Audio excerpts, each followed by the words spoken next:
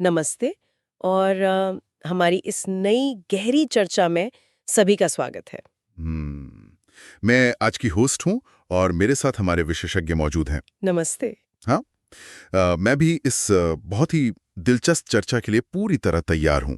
तो आज का जो हमारा विषय है ना, हाँ। वो सच में हमारी कई पुरानी धारणाओं को पूरी तरह से तोड़ने वाला है। मतलब क्या कोई कभी ये विश्वास करेगा कि बहुत जोर से छींकना हम्म। या किसी भयानक चीज को देखकर डर से एकदम सुन्न हो जाना या फिर बस अपने पसंदीदा स्वादिष्ट खाने का मजा लेना दरअसल ध्यान की सबसे गहरी अवस्थाएं हो सकती हैं। ये सुनने में सच में बहुत अजीब लगता है। मतलब हमारी जो पारंपरिक सोच है उसके बिल्कुल उलट है। बिल्कुल। क्योंकि अक्सर जब हम ध्यान, पूजा या आध्यात्म की बात करते हैं तो हमारे दिमाग में एक बहुत ही शांत और व्यवस्थित सी छवि बनती है। जैसे एक शांत कमरा हो, बंद आंखें हो, अगरबत्ती की महक आ रही हो और कुछ मंत्रों का जाप चल रहा हो। हाँ, हम इंसानों को ना एक तय ढांचा बहुत पसंद है। सही कहा। एक ऐसा कर्मकांड जो हमें ये महसूस कराए कि हम सही रास्ते पर हैं।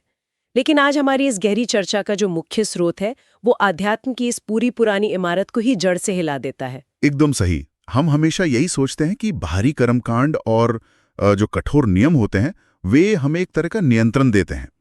हमें लगता है कि अगर हम एक खास कदम उठाएंगे, जंगलों में जाएंगे या फिर घंटों आंखें बंद करके बैठे रहेंगे, हाँ। तभी हम ईश्वर या उस सर्वोच्च चेतना तक पहुंच पाएंगे। लेकिन आज हम जिस स्रोत में गोता लगाने वाले हैं वो कुछ और ही कहानी बयां करता है। और वो स्रोत है कश्मीरी शहवाद का एक अत्यंत प्राचीन और मौलिक ग्रंथ विज्ञान भैरव तंत्र। आज हमारे पास द 112 गेटवेज ऑफ द विज्ञान भैरव तंत्र के कुछ चुनिंदा अंश हैं और साथ ही इसके संस्कृत से अंग्रेजी अनुवाद भी मौजूद है। और मैं शुरुआत में ये स्पष्ट कर देना चाहती हूँ कि आज हमारा मिशन कोई पारंपरिक धार्मिक उपदेश देना बिल्कुल नहीं है। हाँ, ये स्पष्ट करना बहुत जरूरी है। तो हमारा मिशन इस बात की गहरी पड़ताल करना है कि कैसे ये ग्रंथ किसी भी बाहरी कर्मकांड के बजाय हमारे रोजमर्रा के जीवन में ही चेतना को बदलने के 112 व्यवहारिक तरीके प्रदान करता है, जिन्हें इस ग्रंथ में धारणाएं कहा गया है। बिल्कुल। और ये ज्ञान खासतौर पर उन लोगों के लिए बहुत काम का है जो सूचनाओं के भारी बोझ तले दबे बिना जीवन के सबसे जटिल सवालों के सीधे और बहुत ही व्यवहारिक जवाब चाहते हैं। तो चलिए इस पर बात शुरू करते हैं। जो स्रोत सामग्री हमारे पास है वो बताती है कि इस ग्रंथ की शुरुआत ही बहुत ही क्रांतिकारी तरीके से होती है। हाँ, ये पूरा ग्रंथ दरअसल एक संवाद के रूप में लिखा गया है। एक तरफ देवी हैं यानी शक्ति और दूसरी तरफ भैरव हैं यानी शिव। एक बातचीत की तरह। जी। स्रोत के अनुसार देवी शक्ति यहाँ वास्तविकता की प्रकृति के बारे में कुछ सवाल पूछती हैं। वो वही पारंपरिक सवाल पूछती हैं जो इंसान सदियों से पूछता आया है। जैसे कि क्या सवाल? जैसे कि क्या सर्वोच्च सत्य इन चक्रों में छिपा है, या क्या वो नाद में है, या फिर तरह तरह के मंत्रों के जाप में है। और इसके जवाब में शिव जो कहते हैं ना, वो तो किसी भी आम इंसान को चौंका सकता है। मतलब शिव इन सब पारंपरिक धारणाओं को सिरे से ही खारिज कर देते हैं। हाँ, एकदम सीधे तौर पर। स्रोत के अनुसार भैरव स्पष्ट रूप से कहते हैं कि ये सारे कर्मकांड और पारंपरिक धारणाएं तो बच्चों को डराने वाली कहानियों की तरह हैं। मतलब tales used to frighten children. यहाँ हमें ये बहुत ध्यान से समझना होगा कि शिव के ऐसा कहने का असली तंत्र क्या है।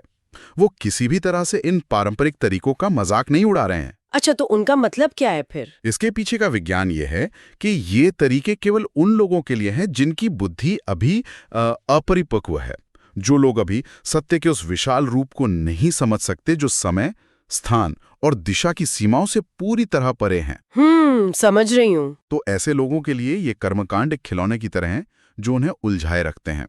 भैरव समझाते हैं कि असली अवस्था तो तब अनुभव होती है जब मन इन सारे बाहरी जालों से, इन धारणाओं से मुक्त हो जाता है। ये बहुत ही गहरी बात है। तो चलिए इन 112 तरीकों की गहराई में जाने से पहले हमें स्रोत में बताए गए सबसे बुनियादी हिस्से को खोलना होगा, क्योंकि स्रोत में शिव और शक्ति इन दो वक्ताओं के बीच के संबंध पर बहुत जोर दिया गया है। जी हाँ, ये सबसे जरूरी हिस्सा है। अगर हम इस संबंध को नहीं समझेंगे तो बाकी के 112 तरीके तो सिर्फ एक सूची बनकर ही रह जाएंगे। एकदम सही बात है। कश्मीरी शैववाद और इस तंत्र के अनुसार शिव और शक्ति को कभी भी, मतलब किसी भी परिस्थिति में अलग नहीं किया जा सकता। स्रोत हमें इसे समझाने के लिए एक बहुत ही सटीक और सुंदर सा रूपक देता है, अग्नि और उसके ताप का रूपक। जरा सोचिए, शिव को एक प्रचंड अग्नि के रूप में कल्पना कीजिए। ठीक है, एक बड़ी सी आग। अब अगर आग है तो उसकी जलाने की क्षमता, उसका ताप या उसकी ऊष्मा भी तो होगी ही ना। बिल्कुल, आग बिना ताप के तो आग कहला ही नहीं सकती। मतलब दोनों एक ही चीज के दो रूप हैं। ठीक इसी तरह शिव अगर अग्नि है तो शक्ति वो ताप है, वो सक्रिय ऊर्जा है। सुक्ति उपनिषद बहुत गहराई से समझाता है कि शक्ति दरअसल वो चेहरा है या वो माध्यम है जिसके द्वारा शिव का अनंत और निराकार प्रकाश इस दुनिया के सामने प्रकट होता है। अच्छा। मतलब शिव अगर एक अनंत संभावना है तो शक्ति उस संभावना का असल वास्तविकता में बदलना है। इस प्राचीन विचार को थोड़ा और आसानी से समझने के लिए क्या हम इसे आज के समय के एक रूपक से जोड़ सकते हैं? मैं बस सोच रही थी। हाँ, बिल्कुल बताइए। मान लीजिए शिव बिजली की तरह है और शक्ति एक बल्ब की तरह है। अब बिजली तो हर जगह मौजूद है, दीवारों के पीछे तारों में दौड़ रही है, लेकिन वो अदृश्य है, हम उसे देख नहीं सकते। बहुत लॉजिकल है। और अगर हमें रात में कोई किताब पढ़नी है तो सिर्फ तारों में दौड़ती बिजली से तो हमारा काम नहीं चलेगा ना। बिल्कुल नहीं। हमें उस बल्ब की यानी शक्ति की जरूरत होगी। शक्ति के बिना हम उस बिजली को प्रकाश के रूप में न तो देख सकते हैं और न ही उसका अनुभव कर सकते हैं। अरे वाह, ये एक बहुत ही बेहतरीन और एकदम आधुनिक तुलना है। शिव की अदृश्य सत्ता को जानने के लिए हमें हमेशा शक्ति के माध्यम से ही प्रवेश करना होता है। और यहाँ सबसे दिलचस्प बात यह है कि हमारे लिए शक्ति आखिर है क्या? हमारा अपना शरीर, हमारा मन, हमारी सांसें, हमारी भावनाएं, ये सब शक्ति ही तो हैं। मतलब हम खुद ही वो माध्यम हैं। बिल्कुल। इसी वजह से इस तंत्र में दुनिया से भागने के बजाय हमारे अपने शरीर और मन को ही उस सर्वोच्च चेतना तक पहुंचने का दरवाजा बताया गया है। तो अब यहाँ एक बहुत ही तार्किक सवाल खड़ा होता है। अगर शिव और शक्ति यानी सर्वोच्च चेतना हमेशा हमारे भीतर मौजूद है, हमारी हर सांस में है, हाँ, तो फिर हम उसे अपनी रोजमर्रा की जिंदगी में महसूस क्यों नहीं कर पाते? मतलब एक आम इंसान हर वक्त उस शांति या आनंद में क्यों नहीं रहता? वो हमेशा तनाव में क्यों रहता है? ये बहुत ही स्वाभाविक सा सवाल है और इसका जवाब इस बात में छिपा है कि हमारा दिमाग काम कैसे करता है। अच्छा। इसे समझने के लिए हमें हमारी आम विचार प्रक्रिया और एक शब्द है निर्विकल्प, इन दोनों के बीच के अंतर को समझना होगा। हमारे जो सामान्य विचार होते हैं ना, जैसे कल क्या करना है या काम कैसे होगा, हाँ, जैसे कल की मीटिंग में क्या होगा, मुझे घर का किराया कैसे देना है, या उस व्यक्ति ने मुझे ऐसा क्यों कहा, ये सारे विचार हमेशा समय और स्थान की सीमाओं में बंधे होते हैं। सच है। ये विचार खंडित होते हैं और लगातार हमारे दिमाग में एक शोर पैदा करते रहते हैं। स्रोत स्पष्ट करता है कि विचारों का ये लगातार चलने वाला शोर ही हमें उस परम सत्य से दूर रखता है। तो फिर इसके विपरीत क्या है? मन को शांत करने का तरीका क्या बताया गया है इसमें? इसके विपरीत है निर्विकल्प की अवस्था। निर का मतलब है बिना और विकल्प का मतलब है विचार या धारणा। मतलब बिना विचारों के। जी, यानी निर्विकल्प एक ऐसी अवस्था है जहां विचारों का कोई जाल नहीं होता, जहां मन में कोई धारणा, कोई पुरानी याद या भविष्य की कोई कल्पना नहीं बचती। स्रोत कहता है कि असली शुद्धि कोई नदी में नहाने वाला कर्मकांड नहीं है, बल्कि मन का इस निर्विकल्प अवस्था में आ जाना ही एकमात्र सच्ची शुद्धि है। रुकिए, मुझे यहाँ एक बहुत ही स्वाभाविक सा संदेह हो रहा है। हम निर्विकल्प या विचारों को पूरी तरह रोकने की बात कर रहे हैं। हाँ। लेकिन क्या एक इंसान के लिए विचारों को पूरी तरह से रोकना कभी संभव भी है? मेरा मतलब है, अगर कोई इंसान आंख बंद करके ये सोचे कि मुझे कुछ नहीं सोचना है, तो और ज्यादा विचार आते हैं। बिल्कुल, दिमाग में और भी ज्यादा विचार आने लगते हैं। क्या दिमाग को जबरदस्ती बंद करने की कोशिश करना हमेशा बैकफायर नहीं कर जाता? ये तो अपनी ही दिमाग से लड़ने वाली बात हो गई ना। आपका ये संदेह बिल्कुल जायज है और मजा तो इसी बात में है कि विज्ञान भैरव तंत्र विचारों से लड़ने के लिए बिल्कुल नहीं कहता। अच्छा, तो फिर कैसे होता है ये? विचारों को जबरदस्ती दबाना कोई आध्यात्मिक सफलता नहीं है, वो तो बस एक दिमागी कसरत है जो आपको सिर्फ थका देगी। तंत्र इसे सुलझाने के लिए एक बहुत ही अलग नजरिया देता है, जिसे शून्यता का विज्ञान या साइंस ऑफ द वॉइड कहा जा सकता है। शून्यता का विज्ञान, ये सुनने में तो बहुत भारी लगता है। इसके काम करने का तरीका क्या है? इसे ऐसे समझिए जैसे आज के समय में हमारे स्मार्टफोन में बहुत सारे बैकग्राउंड ऐप्स चल रहे होते हैं ना। हाँ, हमेशा। ये ऐप्स बैटरी भी खत्म करते हैं और फोन को धीमा भी कर देते हैं।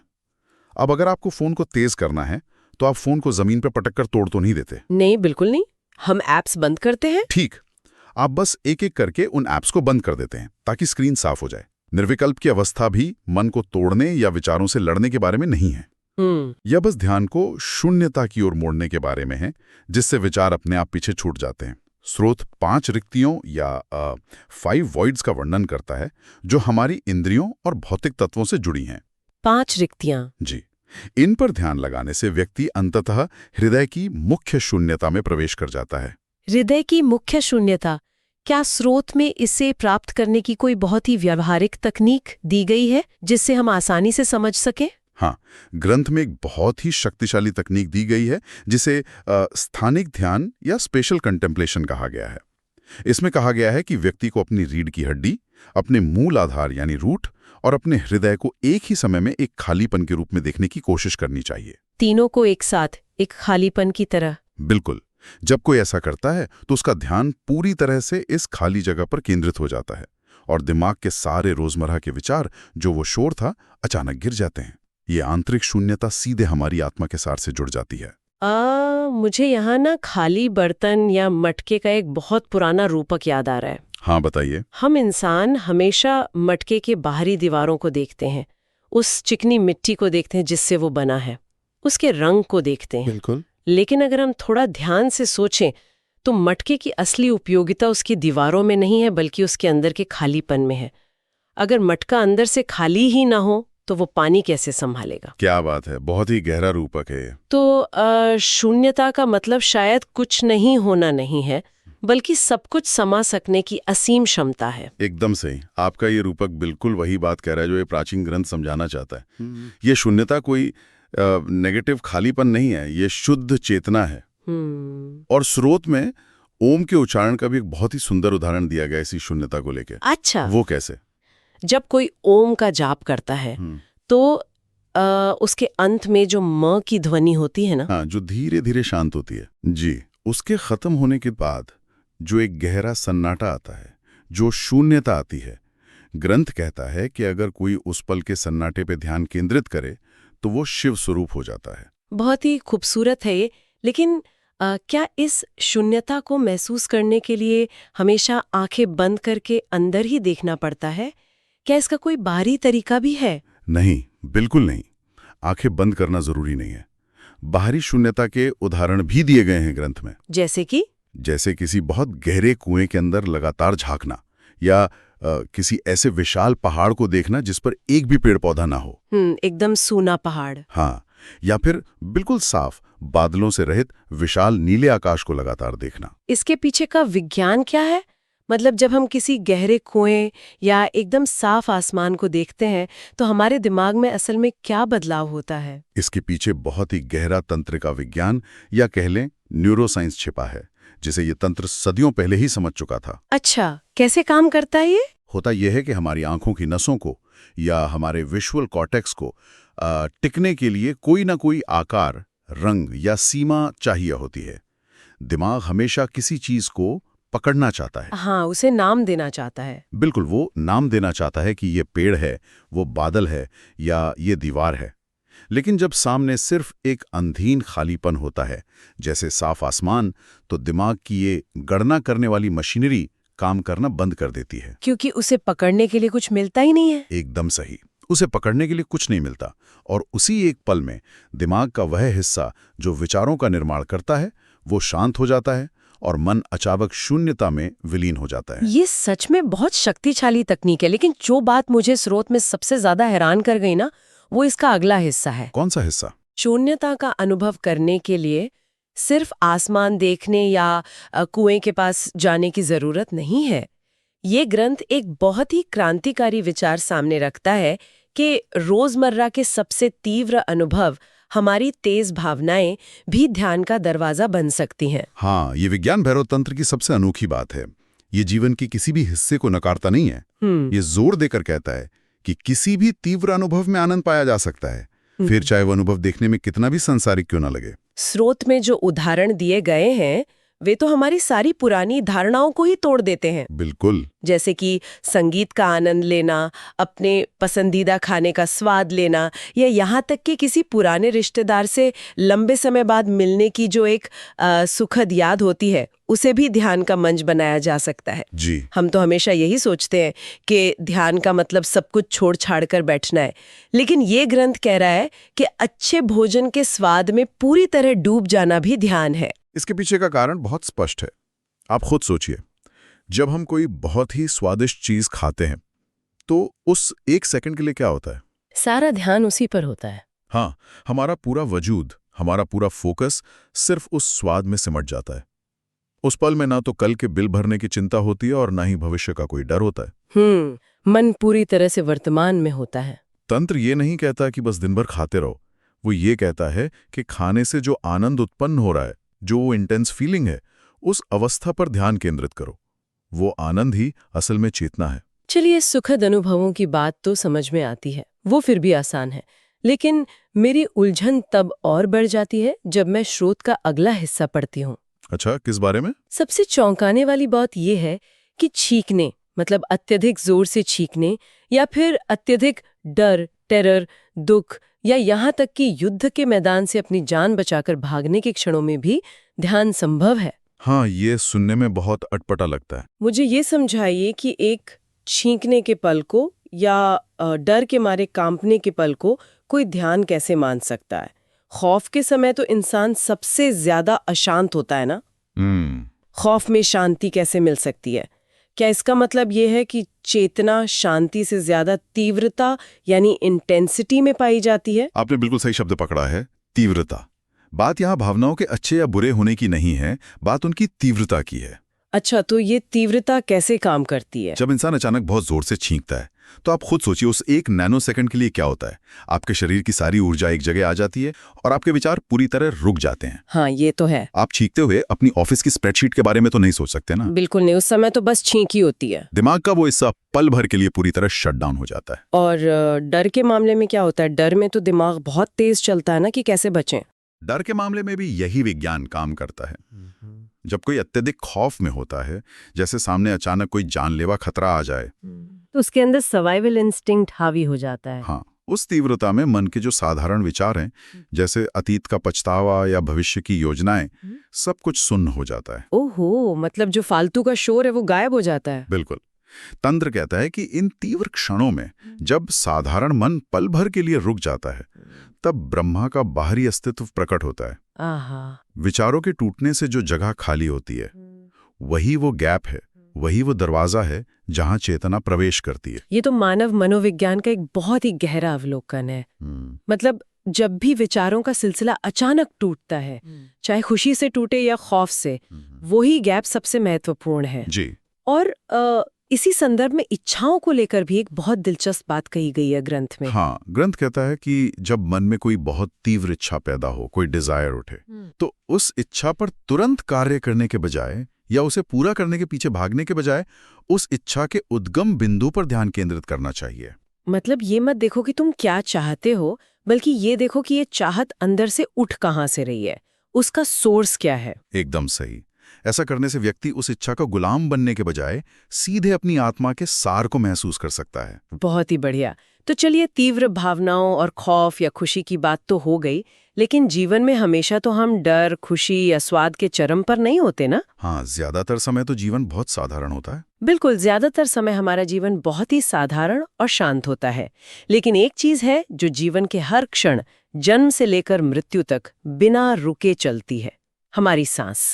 और स्रोत इसे ध्यान का सबसे सुलभ और आसान केंद्र बताता है। सांस का विज्ञान इस तंत्र का एक बहुत ही महत्वपूर्ण हिस्सा है। ग्रंथ रोजमर्रा की तकनीकों के रूप में प्राण यानी ऊपर की ओर जाने वाली सांस और अपान यानी नीचे की ओर जाने वाली सांस की सूक्ष्म गति पर ध्यान देने को कहता है। लेकिन इसमें असली जादू सांस लेने या छोड़ने में नहीं बताया गया है, बल्कि द गैप यानी उस अंतराल में बताया गया है। वो गैप काम कैसे करता है? ये बहुत ही सूक्ष्म विज्ञान है। जब हम सांस अंदर लेते हैं तो एक क्षण ऐसा आता है जहां फेफड़े पूरी तरह भर जाते हैं। हाँ। और सांस बाहर निकलने से पहले 1 सेकंड के 1000वें हिस्से के लिए रुकती है। उसी तरह जब सांस बाहर छोड़ते हैं तो मुड़कर वापस अंदर आने से पहले एक बहुत ही सूक्ष्म सा ठहराव होता है। एकदम बारीक सा गैप। जी, स्रोत कहता है कि चेतना का असली एहसास तब होता है जब सांस इन दो बिंदुओं पर रुकती है। ऐसा क्यों? सांस रुकने से क्या होता है? क्योंकि जब सांस रुकती है तो शरीर की जैविक जरूरतें एक माइक्रोसेकंड के लिए सस्पेंड हो जाती हैं, और जब शरीर कुछ नहीं कर रहा होता तो दिमाग की वो मशीनरी जो अगली क्रिया की गणना करती है वो भी शांत हो जाती है। सब कुछ एक पल के लिए थम जाता है। बिल्कुल। अगर मन को उस छोटे से अंतराल में टिका दिया जाए तो भैरव का सार प्रकट होता है। और शायद इसी विज्ञान से कुंभक की अवधारणा भी जुड़ती है। जी हाँ, सांस को जानबूझकर रोकना कुंभक कहलाता है। ग्रंथ बताता है कि जब सांस को रोका जाता है तो शरीर और मन में शांता नाम की शक्ति, शांता, हाँ शांता, यानी एक बहुत ही गहरी और असीम शांति का अनुभव होता है। ये शांति इसलिए आती है क्योंकि प्राण का चलना रुक गया है, और जहां प्राण स्थिर है वहां मन भी अपने आप स्थिर हो जाता है। सांस से जुड़ा एक और बहुत ही दिलचस्प तथ्य स्रोत में है हंस मंत्र के बारे में। ओहो, ये इस तंत्र का सबसे खूबसूरत और मैं कहूंगा सबसे लोकतांत्रिक हिस्सा है। कैसे? तंत्र कहता है कि एक इंसान प्राकृतिक रूप से अपनी सांस के जरिए दिन में 21,600 बार हंस मंत्र का जाप करता है। 21,600 बार? बिना किसी माला के और बिना एक भी शब्द बोले? बिल्कुल, ये एक गणित है। अगर आप 1 मिनट में लगभग 15 बार सांस लेते हैं तो 24 घंटे में यह आंकड़ा 21,600 तक पहुंचता है। अरे वाह, ये तो कभी सोचा ही नहीं। स्रोत स्पष्ट करता है कि जब सांस बाहर निकलती है तो एक प्राकृतिक हा की ध्वनि होती है, और जब सांस अंदर आती है तो सा की ध्वनि होती है। हा सा, जिसे जोड़कर हंस बनता है। हा और सा, ये निरंतर चलने वाला एक अघोषित मंत्र है। ग्रंथ कहता है कि जो भी व्यक्ति अपनी सांस के इस प्राकृतिक प्रवाह के प्रति सजग हो जाता है उसे कुछ और जपने की या किसी और मंत्र की जरूरत ही नहीं है। मुझे इस अवधारणा की सादगी बहुत पसंद आई। ये तकनीक पूरी तरह से सबके लिए उपलब्ध है। हाँ, किसी भेदभाव के बिना। इसके लिए किसी विशेष ज्ञान की, किसी महंगे कोर्स की, किसी गुरु की या किसी विशेष स्थान की आवश्यकता ही नहीं है। बिल्कुल नहीं। जो सांस हम हर सेकंड ले रहे हैं वही हमारी सबसे बड़ी तकनीक है। ये बस स्टॉप पर खड़े होकर, ऑफिस में काम करते हुए या रात को सोते समय कभी भी किया जा सकता है। यही विज्ञान भैरव तंत्र की सबसे बड़ी खूबी है। ये इस बात पर जोर देता है कि अध्यात्म कोई ऐसी चीज नहीं है जिसे आप दिन में बस आधा घंटा करते हैं, बल्कि ये तो जीने का एक तरीका है। एकदम सही। तो अगर हम इस पूरी विस्तृत और बहुत ही गहरी चर्चा से मुख्य विचारों का सार निकालें तो स्रोत बहुत स्पष्ट रूप से पूजा और ध्यान की परिभाषा को बाहरी दुनिया से हटाकर हमारे भीतर ले आता है। हाँ। ग्रंथ के अनुसार किसी पत्थर की मूर्ति पर फूल चढ़ाना असली पूजा नहीं है, बल्कि महान शून्यता में अपने मन को स्थिर करना असली पूजा है। असली मंत्र जाप कोई शब्द बार बार दोहराना नहीं है, बल्कि लगातार उस सर्वोच्च चेतना का चिंतन करना ही असली जाप है। और जैसा कि हमने शुरुआत में भी कहा था, इस तंत्र के अनुसार असली शुद्धि किसी पवित्र नदी में नहाने से नहीं होती। बिल्कुल। बल्कि अपने मन का उस निर्विकल्प अवस्था में आ जाना है जहां कोई भी विचार आपको बांध ना सके। आज की इस चर्चा से ये बिल्कुल स्पष्ट हो जाता है कि सत्य को खोजने के लिए किसी पहाड़ की गुफा में जाने की आवश्यकता नहीं है। लेकिन इस पूरी जानकारी को समेटते हुए मैं एक ऐसा विचार छोड़ना चाहूंगी जो मुझे लगता है कि हम सभी को गहराई से सोचने पर मजबूर कर देगा। बताइए, क्या विचार है?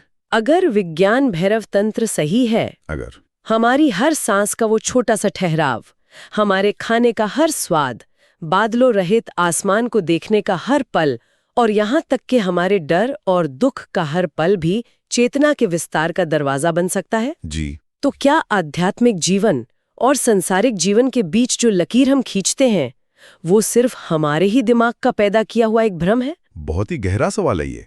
शायद हम हर पल ध्यान में ही हैं। शिव और शक्ति का वो शाश्वत नृत्य हमारे ही भीतर हर पल चल रहा है, बस हमें इसका एहसास नहीं है।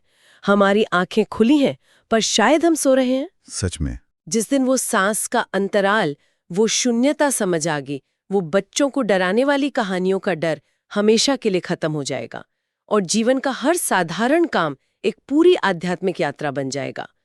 तो आज की इस गहरी चर्चा में हमारे साथ जुड़ने के लिए बहुत बहुत धन्यवाद। धन्यवाद। सच में ये एक अद्भुत चर्चा रही। अगली बार एक नए विषय के साथ फिर मिलेंगे। तब तक के लिए अपनी सांसों के उस अंतराल पर ध्यान देते रहें।